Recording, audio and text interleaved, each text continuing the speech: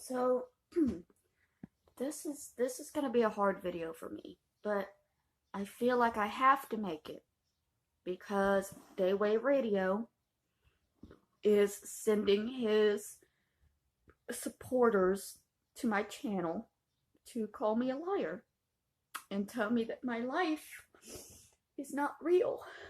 And that makes me have to defend it. Why did it just go dark? What happened? Sorry. And nobody should have to defend their life. Let me just put that out there immediately. Okay. Your life is your life. If you've been through something, if you're going through something, you should not have to defend the fact that you're going through that. That's not right. I'm sorry, I have to stop the screen from going off like that. I don't know why it's doing that when I'm recording. Oh my God. I'm having a bad morning. You know, I just woke up and the first thing I see is this message from one of Daywave's fans to say that my story reminds them of the Thin Lizzy song. It's all made up.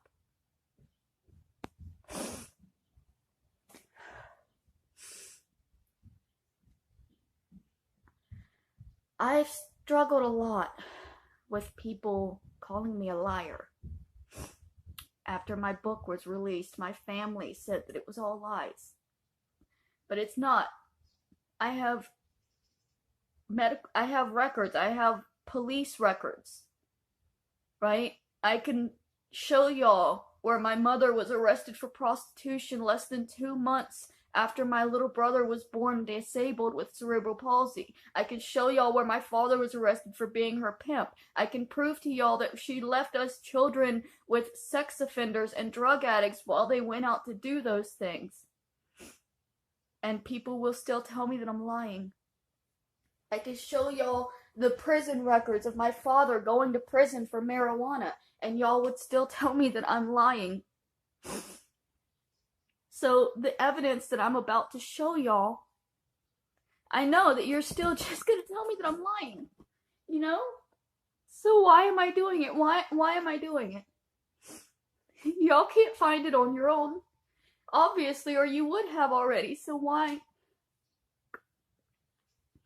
am I dragging myself through this? Because a bunch of people online hate me and are forcing me to. And Daywave Radio, he says, oh, we don't want you to hurt yourself. We want the best for you. Then why are you doing this? Why are you coming on my channel and calling me a liar about things that are extremely hard? Alright, here we go. Where is my Chrome? There it is. Okay. The Florida Times, Jacksonville.com. Woman's body found in shallow grave in Middleburg. Hold on, let me turn on my controller so I can scroll without using my fingers.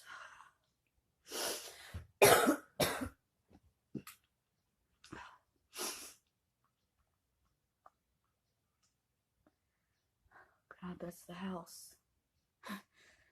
That's the house. Okay. Green Cove Springs. The body of a disabled woman who was killed before her wheelchair and other items were donated to the Salvation Army was pulled from a shallow grave behind her former boyfriend's Middleburg house Tuesday night. The remains were found after the man's current girlfriend fled the house more than 5 weeks after the crime occurred. Clay County Sheriff Rick Beasler said investigators who began following Kenneth Ray McBride after learning what happened at the Middleburg home arrested him Tuesday as he was driving his truck through Orange Park. McBride, 35, a registered sexual predator, was charged with murder. The victim's name has not been released, pending positive identification and notification of next of kin. Investigators who went to the house after McBride was arrested found a shallow grave covered with boards. Inside were the remains of a woman in her early 40s who needed the wheelchair because of cerebral palsy.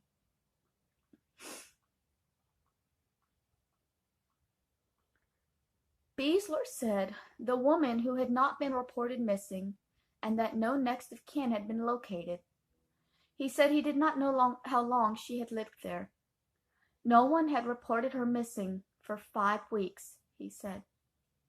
The body was discovered after Mary Margaret Barone, 24, sneaked out of the house Tuesday morning and walked to a convenience store where a clerk gave her a ride to a friend's in St. Johns County, and she contacted deputies to say she had information about a possible homicide. Okay, this is probably the only article that has my name in it, because they were trying to keep me safe and protected. He said he had friends that were going to kill me, so they didn't publish my name very often. Mary Margaret Barone is me. On February 23rd, 2009, I turned 24 years old, and that was the day this murder happened.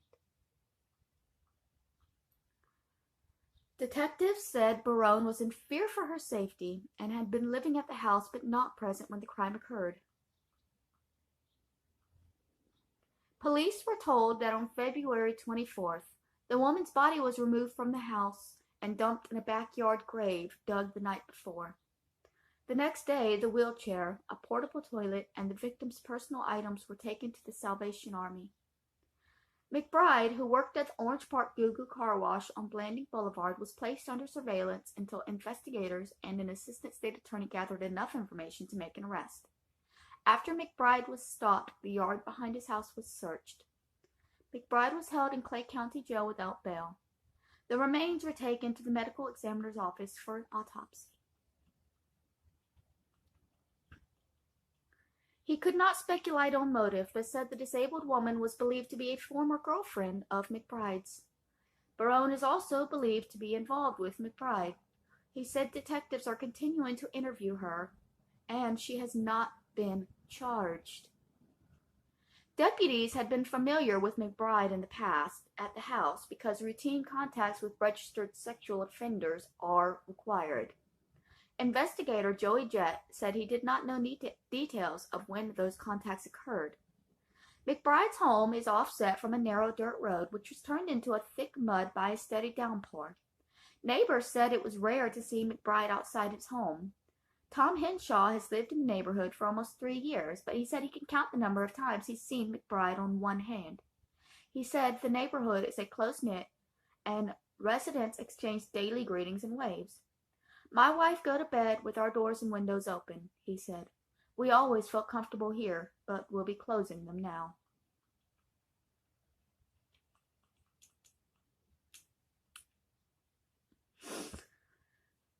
Sherry Compton said she rarely saw lights on at the home and had no idea who lived there. It's creepy, she said. You think you're safe one minute and then you hear something like this happen. I think an ad has froze up. Yeah. McBride was sentenced to a year in jail on charge of a felony attempted sexual battery of a child younger than 12 in 1996. He was registered as a sexual predator in 1999, according to Clay County records. Okay, so that's it for this one. There is one more article that I'll let y'all see that has to do with his sentencing. Okay. Killer of disabled Clay County woman sentenced to life. That's him.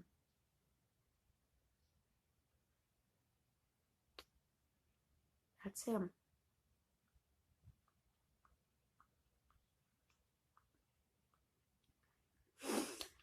A Clay County jury recommended the death penalty for a Middleburg man who hauled to trial last week to plead guilty to strangling and burying his wheelchair-bound girlfriend. Moments after the jury was thanked for its service and dismissed from the courtroom, Circuit Judge John Skinner rejected the recommendation and sentenced Kenneth Ray McBride, 37, to life without parole. It was an unusual move that jolted lawyers on both sides of the case, as Skinner said little from the bench to explain his reasoning.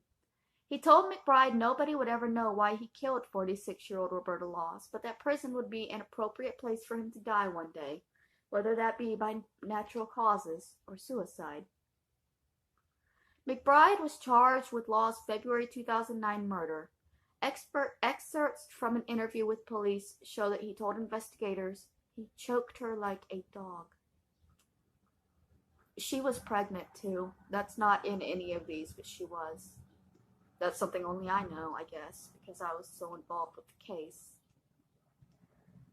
Okay. Anyways, so yeah. I don't want his face up there. He got life. The jury wanted death. Just like I said, I don't know why it's so hard to believe that my life is my life, but it is for some people. So, all I want is to be believed. All I want is for my life to be believed when it's real.